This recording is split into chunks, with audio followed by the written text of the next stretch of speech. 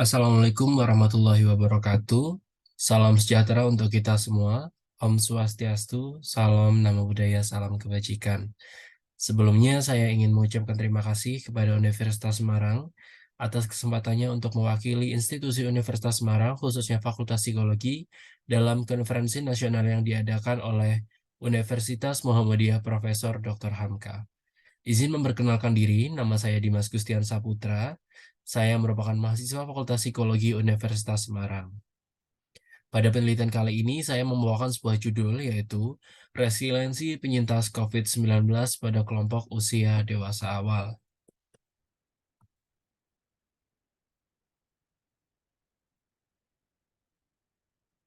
Pandemi virus COVID-19 yang melanda dunia dan juga Indonesia khususnya yang menyebar secara masif pada bulan Maret tahun 2020 mengakibatkan kekacauan dan juga kelumpuhan pada berbagai sektor seperti sektor pertanian, pendidikan, pariwisata, ekonomi, dan juga yang paling banyak diperbincangkan hingga saat ini adalah kelumpuhan pada sektor kesehatan, baik kesehatan fisik maupun kesehatan mental.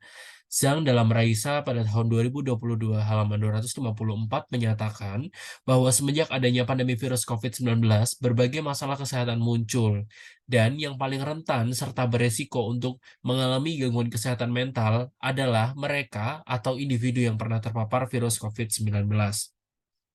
Adanya tekanan dan tuntutan untuk menyesuaikan diri dengan adaptasi kebiasaan baru atau new normal dan melakukan isolasi, serta beberapa hal lain menyebabkan keterpurukan atau adversitas pada individu yang terinfeksi virus coronavirus disease 19 atau COVID-19. Umumnya individu pada masa pandemi COVID-19 mengalami kehilangan orang terdekat, kehilangan pekerjaan, atau PHK, adanya perasaan khawatir, takut, dan cemas akan kemampuan dirinya dalam menyesuaikan diri dengan adaptasi kebiasaan baru. Sementara itu, Hakim dalam Kurniawan pada tahun 2021 halaman 134 menyatakan bahwa terdapat 4 hal yang memicu stres selama pandemi, yakni yang pertama, pembatasan sosial, kemudian kekurangan kebutuhan dasar atau pemenuhan kebutuhan dasar, kemudian ancaman infeksi, serta penyesuaian perilaku.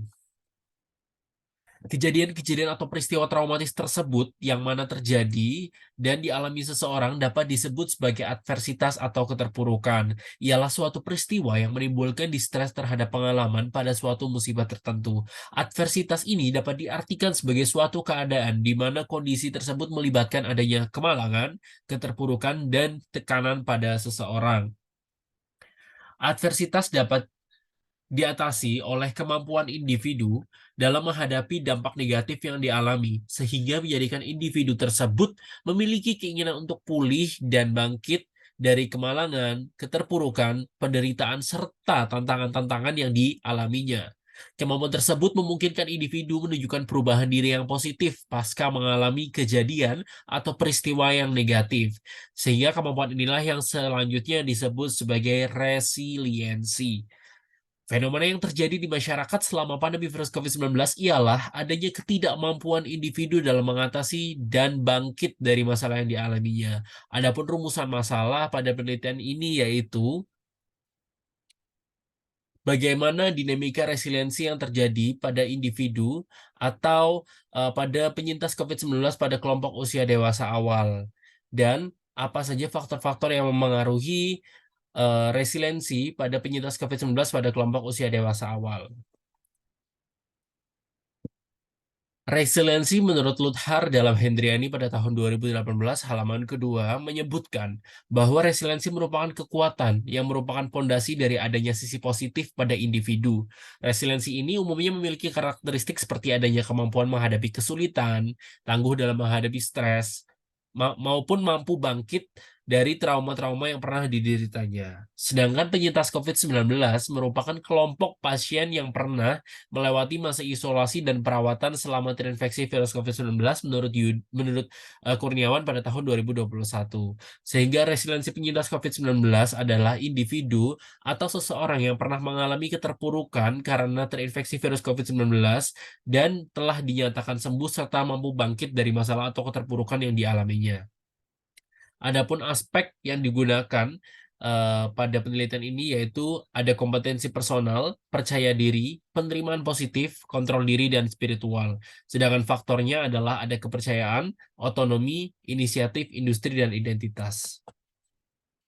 Penelitian ini menggunakan metode penelitian kualitatif, yaitu metode yang bertujuan untuk mengeksplorasi serta memahami makna di mana hal tersebut berasal dari masalah sosial atau kemanusiaan.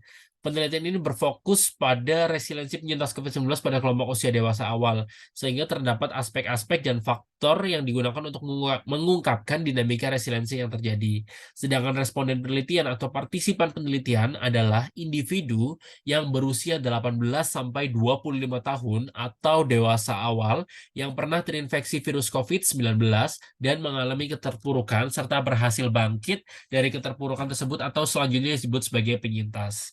Adapun penelitian ini mengumpulkan data dengan metode yaitu wawancara dan observasi. Sedangkan rancangan penelitiannya terdiri dari persiapan penelitian dan pelaksanaan penelitian. Metode analisis data pada penelitian ini adalah analisis data model. Selanjutnya adalah hasil penelitian. Penelitian ini bertujuan untuk mengetahui secara empiris gambaran resiliensi yang terjadi pada penyintas COVID-19 pada kelompok usia dewasa awal, serta untuk mengetahui faktor-faktor apa saja yang memengaruhi resiliensi pada penyintas COVID-19 pada kelompok usia dewasa awal.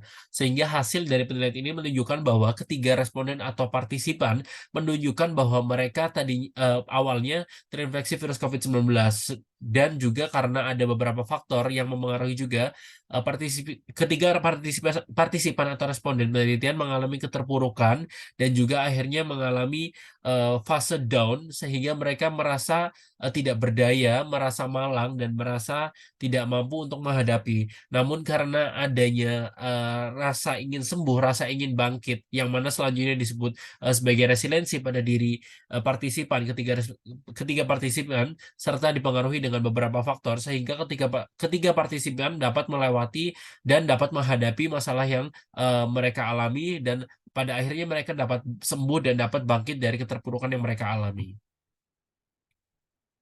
Berdasarkan hasil temuan, analisis serta pembahasan kasus pada penelitian, dinamika resiliensi penyintas COVID-19 pada kelompok usia dewasa awal, maka dapat disimpulkan bahwa terjadi dinamika resiliensi pada ketiga responden penelitian atau ketiga partisipan dan terdapat faktor-faktor yang mempengaruhi resiliensi. Adapun ketiga partisipan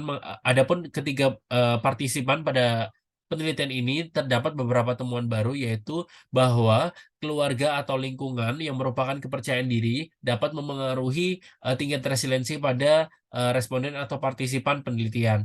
Kemudian, dari ketiga partisipan penelitian, umumnya masing-masing partisipan penelitian mengalami perubahan semenjak dinyatakan positif virus COVID-19 hingga mereka dinyatakan sembuh dan sampai saat ini ketiga partisipan penelitian mengalami beberapa perubahan baik fisik, psikis maupun emosional. Salah satunya seperti kecemasan, kemudian adanya asam lambung dan juga kerontokan rambut.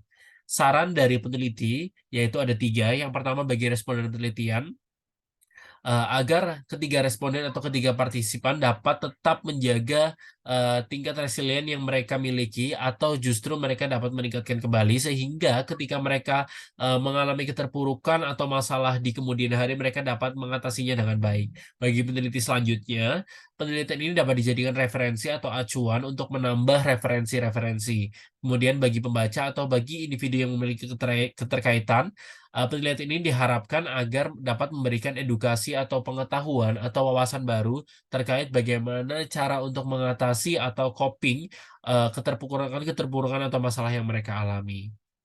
Mungkin itu sedikit penyampaian dari saya. Terima kasih atas kesempatannya. Wabillahi taufiq wal hidayah. Wassalamualaikum warahmatullahi wabarakatuh.